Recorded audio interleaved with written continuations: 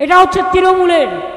রোজ বলছে তৃণমূল চোর, কোথায় চুরি করেছে, কার পকেটে চুরি করেছে জিজ্ঞেস করুন, একটা হাওয়া তুলে দিয়েছে, গোয়েবলেস কায়দায় চুরিটা করেছে, প্রমাণটা কোথায়?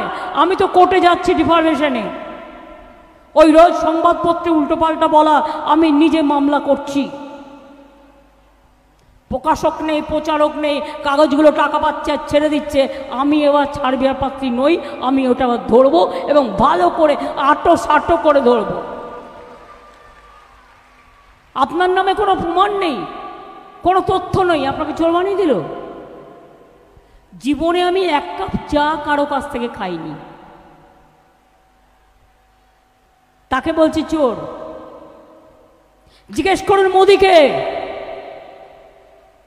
আমিও তো 7 বার এমপি ছিলাম,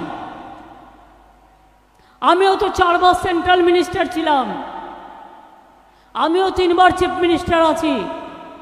মনে রাখবেন 7 বার এমপি হিসেবে কল্যাণরা জানে আমি মাসে প্রায় 1.5 লাখ টাকার মতো পেনশন পেতে পারি, আর চিফ মিনিস্টার হিসেবেও আমি মিনিমাম 1.5 লাখ টাকা পেতে পারি। তাহলে দেড় কত হলো? 3 লাখ টাকা। এবার 13 বছর হিসেব করুন, 3 লাখ টাকা করে বছরে যদি হয় 3 বারং 36, আর এটাকে যদি 13 বছর করো তাহলে এটা ক কোটি হচ্ছে? হিসেবটা করতে পারছো না? 36 10 বেরিয়ে গেল, তারপরে 3 যোগ করে দাও, তাহলে হয়ে যাবে। কয়েক কোটি টাকা আমি নিইনি, আমার নিজের হোয়াইট মানি নিইনি, আমার প্রয়োজন পড়ে না। আমি বই লিখি, আমার 140টা বই বেরিয়ে গেছে, আমি একটু গান টান গাই, এমনকি একে বিক্রি করে আজ পর্যন্ত 1 পয়সা নিজের ফান্ডে নিইনি, লোককে দিয়ে দিয়েছি। তা সত্ত্বেও আমার নামে সিবিআই কেস করেছিল, বদমাশের গাছগুলো।